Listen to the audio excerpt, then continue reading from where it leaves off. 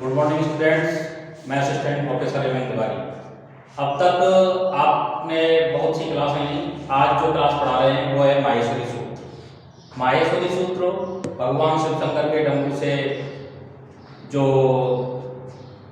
माहेश्वरी सूत्रों की रचना की गई थी, तो वो पाणिनि जी ने, उनके बारे में आज मैं आपको बताता हूँ।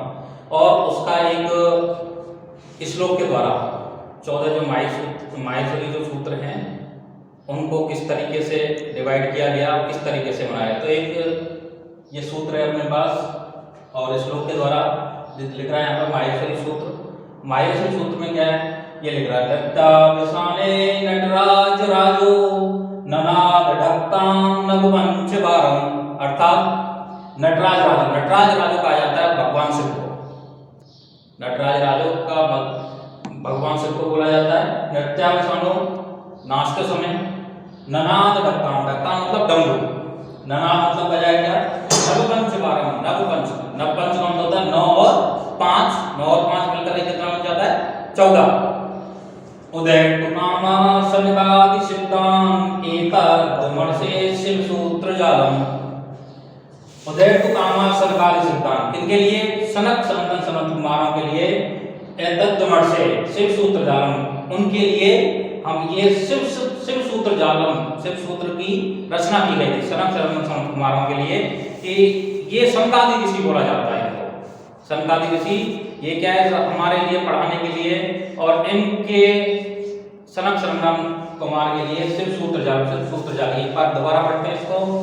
नृत्यावसाने नटराज राजो ननाद ढक्कां नवपंचवारम, उदय तुकामा सनकादि सिद्धांत एतद् से शिव सूत्र जालम। इसी प्रकार से इन 14 माहेश्वरी सूत्रों की रचना की गई।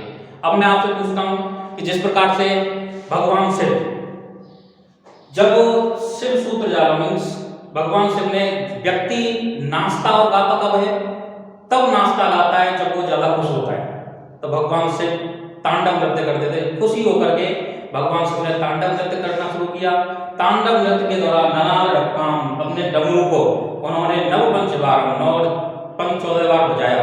14 बार बजाने की वजह से तो शिव सूत्र जाल की उन्होंने रचना कर दी। इसी प्रकार से भगवान शिव के द्वारा जो पाणिनि ने जो रचना करी थी वो माहेश्वरी सूत्र कहलाते हैं, जिनके 14 जो माहेश्वरी सूत्र हैं वो आगे मैं इसके बाद में मैं आपको 14 माहेश्वरी सूत्र पढ़ाऊंगा। देखिए, अभी आपने थोड़ी देर पहले पढ़े थे माहेश्वरी सूत्र जो कि एक मंत्र के द्वारा। अब देखिए, अब इसमें 14 जो माहेश्वरी सूत्र हैं, 14 माहेश्वरी सूत्र में क्रम से किस तरीके से 14 माहेश्वरी सूत्र अर्थात भगवान महेश किसको कहा जाता है, भगवान शिव को। तो इसी प्रकार से भगवान शिव के द्वारा माहेश्वरी सूत्र जो डमरू बजाया था, तो पाणिनि जी ने 14 माहेश्वरी सूत्रों की रचना की। तो वो किस प्रकार से थे, देखिए माहेश्वरी सूत्रों की संख्या 14 है, जो इस प्रकार है। पहला है अ ई ओड री ऋ ए औंग ए औच। अब देखिए ये जो चार जो हैं, चार जो में माहेश्वरी सूत्र हैं 1 से लेकर के 4 तक, इनको बोला जाता है अच। क्या बोला जाता है, अच बोला जाता है।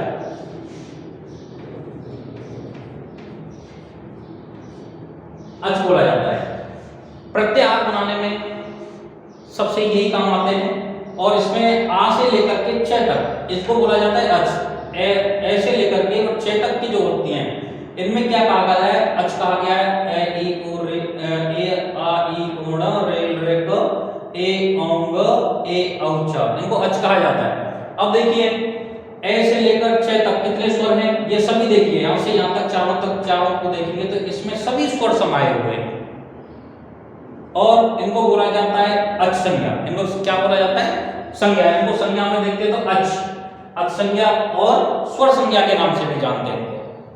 अगर सवाल अगर ये पूछा जाता है संस्कृत में, प्रश्न आ जाता है कि आ की क्या संज्ञा होती है, तो आ की संज्ञा होगी स्वर संज्ञा, ठीक, या आ की क्या संज्ञा होगी, अच संज्ञा। अब आता है हमारे यहाँ पर ड, आ ई ओ ड, ड़ का इसमें हलंत लगा हुआ है।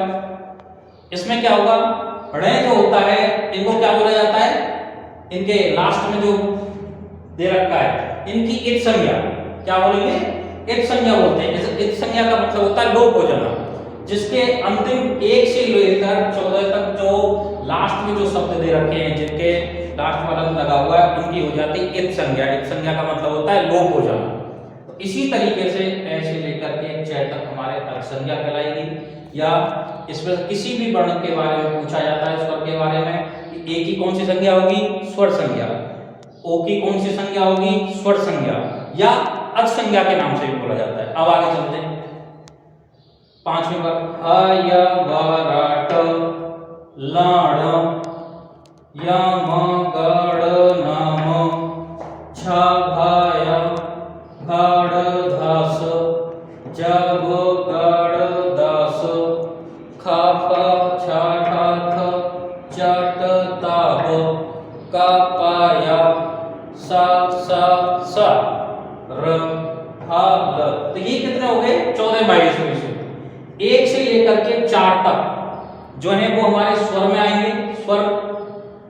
और ये भी पूछ लिया जाता है संस्कृत में, प्रश्न आ गया कि अच, अगर जिसे लेते हैं आ और च, अच में कितने स्वर हैं, तो कितने स्वर आएंगे, ये देखिए इनको 9 स्वर आएंगे। अ ई उ री र ए औ ऐ औ। इनको अगर गिनेंगे 1 2 3 4 5 6 7 8 9, आ से लेकर 4 तक जो स्वरों की जो संख्या होंगी वो होंगी 9।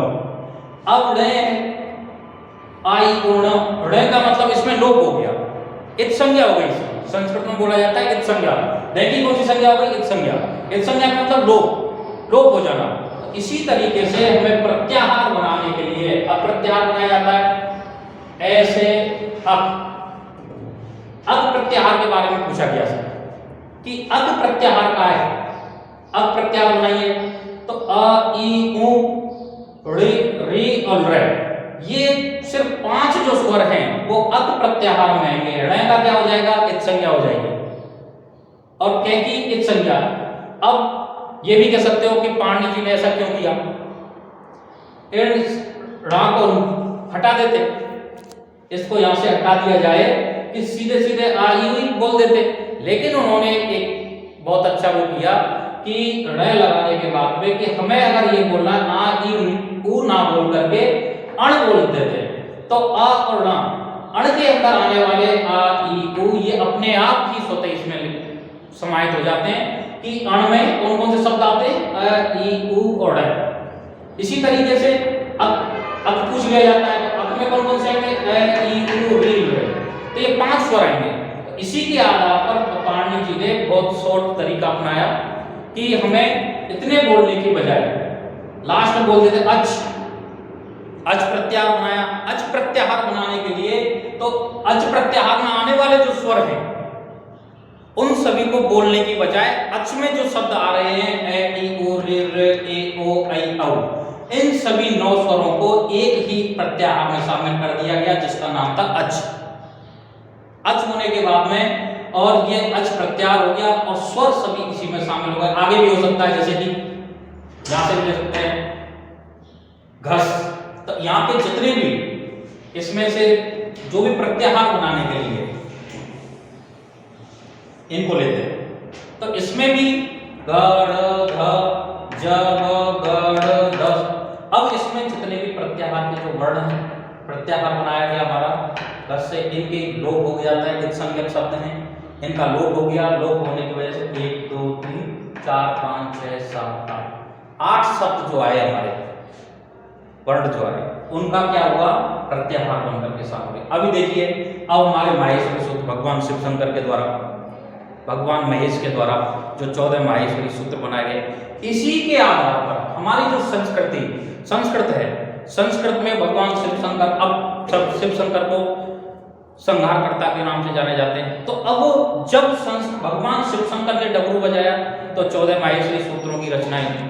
14 माहेश्वरी सूत्र की रचना होने के बाद में तो भगवान शिव शंकर नहीं चाहेंगे हमारी जो संस्कृत है उसका खंडन हो जाए। भगवान शिव शंकर ने सपोज माना कि भगवान शिव शंकर ने मकान बनाया, मकान बनाने के बाद वो अपना मकान कभी भी नहीं लाएंगे। इसी तरीके से लघु से निकले वाले ये जो शब्द थे, ये जो 14 माहेश्वरी सूत्र थे, भगवान शिव शंकर ने कभी भी नहीं चाहेंगे कि मेरे जो 14 माहेश्वरी सूत्र हैं उनको मैं नष्ट कर दूं। इसी के आधार पर हमारे 14 माहेश्वरी सूत्र और ये प्रत्याहार बनाने के लिए, और संस्कृत में सबसे ज्यादा कार्य आने वाले संस्कृत की नींव ये 14 माहेश्वरी सूत्र हैं। सभी नींव संस्कृत की इसी माहेश्वरी सूत्रों में समाहित है। बाकी की अब ये 14 माहेश्वरी सूत्र हो गए। आगे के लिए हम अब दूसरी वीडियो लेके आएंगे जिसमें माहेश्वरी सूत्रों के अलावा और आपको एक नई दिशा निर्देश में आपके लिए संधि या समास के बारे में अब आपको नेक्स्ट काल में